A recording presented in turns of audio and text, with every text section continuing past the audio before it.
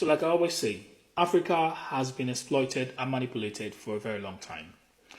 And the destruction of Benin Empire is one of the clearest example of what I'm saying. So, in 1879, the British Empire violently dismantled a sovereign African state, looted its cultural heritage, killed thousands of people, and exiled its ruler to assert colonial control. I'm talking about the Benin Empire, which is located in present-day Benin, Edo State. It has a centralized monarchy, and the ruler at that time was called Oba Ovonramwen Nobaisi. I'm sorry if I'm not pronouncing it correctly. But he reigned from 1888 to 1914. So Benin Kingdom was a powerful, independent, highly organized kingdom. It was known for its advanced governance. They had very advanced governance system there.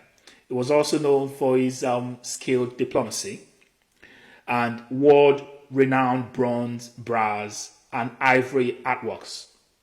So they had loads and loads of collection of artworks. So in the late 19th century, Britain, sought to control palm oil. So it's always about natural resources. Like I said, when it comes to scrambling of Africa, it's always about natural resources. Things they can take, food crops, natural resources. So late 19th century, Britain, they sought control of the palm oil and trade routes to the Niger region. When I talk about the Niger region, I'm talking about River Niger region. So then there was no Nigeria, there was no Benin Republic, there was no country. It was just they were just mapping these areas using rivers, using the sea and all of that stuff. So they sought control of the trade around the Niger region. So the Niger region runs all the way from Burkina Faso all the way north of Nigeria, run down to Minna, to Lokoja, all the way down to the south region of Nigeria, which is Niger Delta region. So they wanted to expand imperial dominance under the banner of free trade. So it's always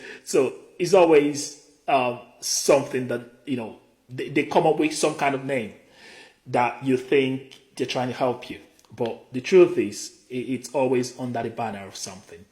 And Benin maintained strict control over foreign access and trade.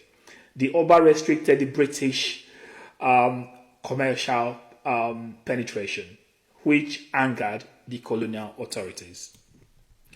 So in January 1897, James Robert Phillips, was acting as a British consul general, despite being warned not to enter Benin during a sacred festival period, Philip led a British delegation towards Benin City. That was on January 1897. So the delegation was ambushed by the Benin forces. Several members of the British party were killed.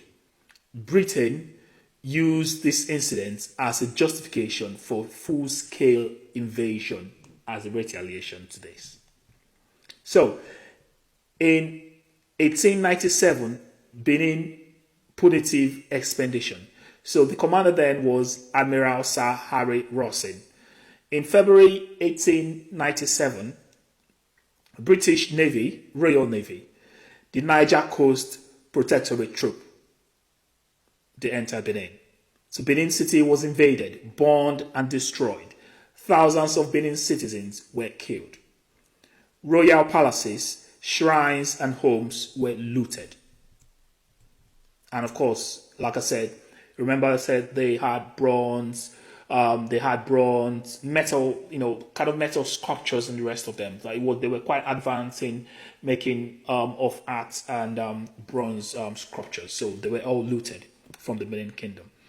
And the British forces stole over 3,000 artworks, including the bronze head, plaques, ivory carvings. These artifacts became known as the Benin Bronzes. They were sold to British Museum in London, museums across Germany, France, and the United States. So the looting helped finance the expenditure itself.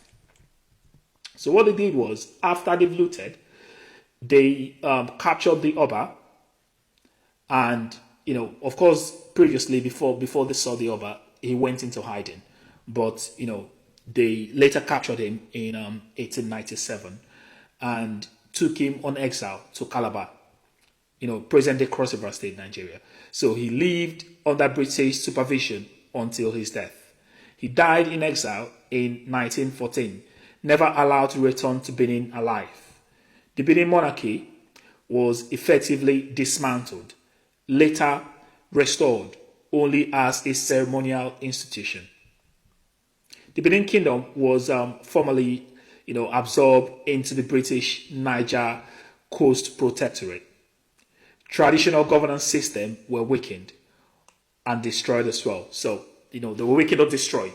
And the British indirect rule replaced indigenous authority. So, which was quite sad because, they've been there hundreds of years before the British came. But when they came, obviously, because of what transpired, it was completely destroyed. So, economic resources were redirected to serve colonial interests, as always.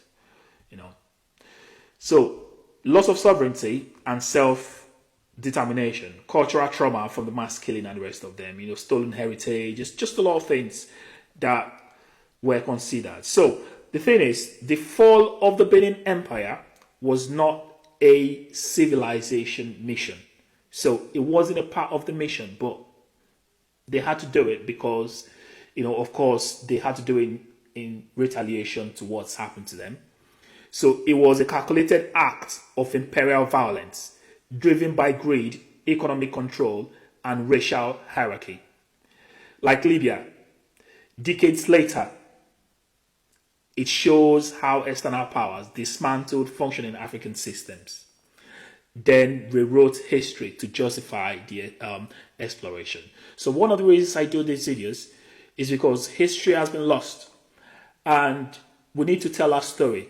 And if you let a foreigner tell your story, they're going to tell your story to their own advantage.